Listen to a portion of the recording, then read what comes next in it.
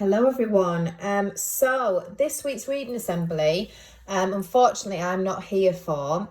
So what I've done is I've recorded this brilliant book for you to listen to whilst I'm not here. So this book is called Last Stop on the Market Street by Matt Della Penna and pictures by Christian Robinson.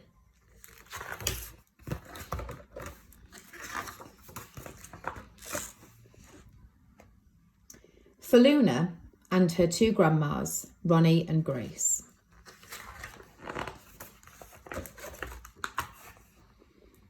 CJ pushed through the church doors, skipped down the steps. The outside air smelled like freedom, but it also smelled like rain, which freckled CJ's shirt and dripped down his nose. He ducked under his Nana's umbrella, saying, "How can we gotta wait for the bus in all this wet?" "Trees get thirsty too," his Nana told him. "Don't you see that big one drinking through a straw?" CJ looked for a long time, but never saw a straw. From the bus stop, he watched water pool on flower petals, watched rain patter against the windscreen of a nearby car. His friend Colby climbed in, gave CJ a wave, and drove off with his dad. "Nana, how come we don't got a car?"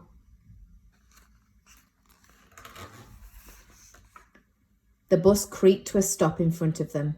It sighed and sagged and the doors swung open.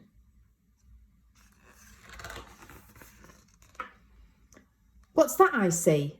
Mr. Dennis asked. He pulled a coin from behind CJ's ear, placed it into his palm. Nana laughed her deep laugh and pushed CJ along. They sat right up front. The man across the way was tuning a guitar. An old woman with curlers had butterflies in a jar. Nana gave everyone a great big smile and a good afternoon. She made sure CJ did the same.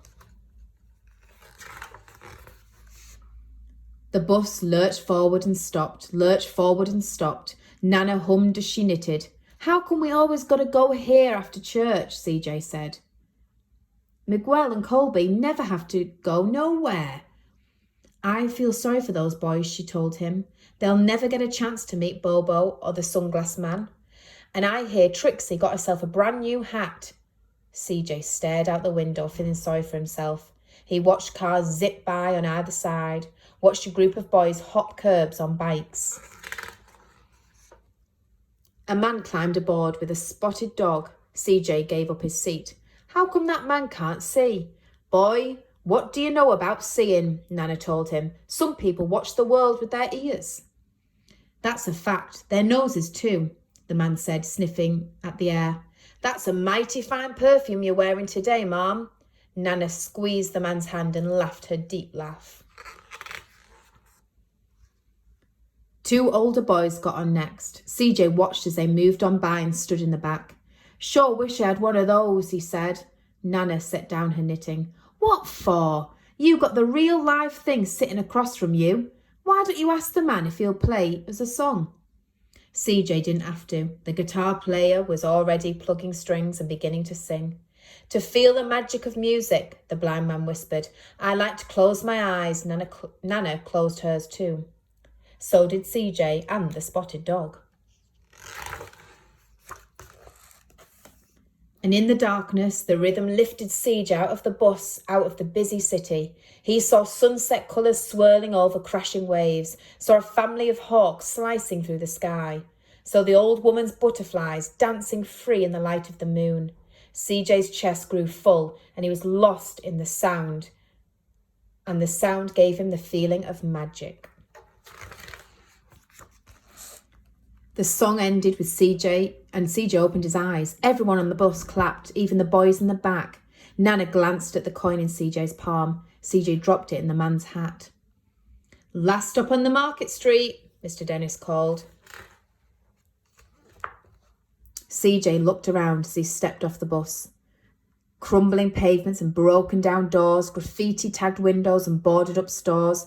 He reached for his Nan's hand. "How come it's always so dirty over here?" She smiled and pointed to the sky. "Sometimes when you're surrounded by dirt, CJ, You're a better witness for what's beautiful.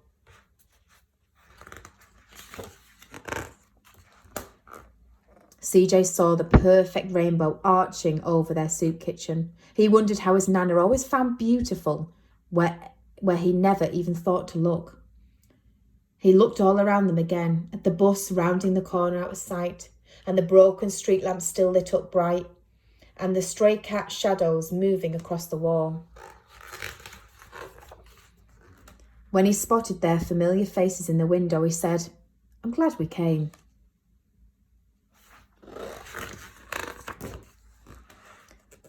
He thought his Nana might laugh, her deep laugh, but she didn't. She patted him on the head and told him, "Me too, CJ. Now come on."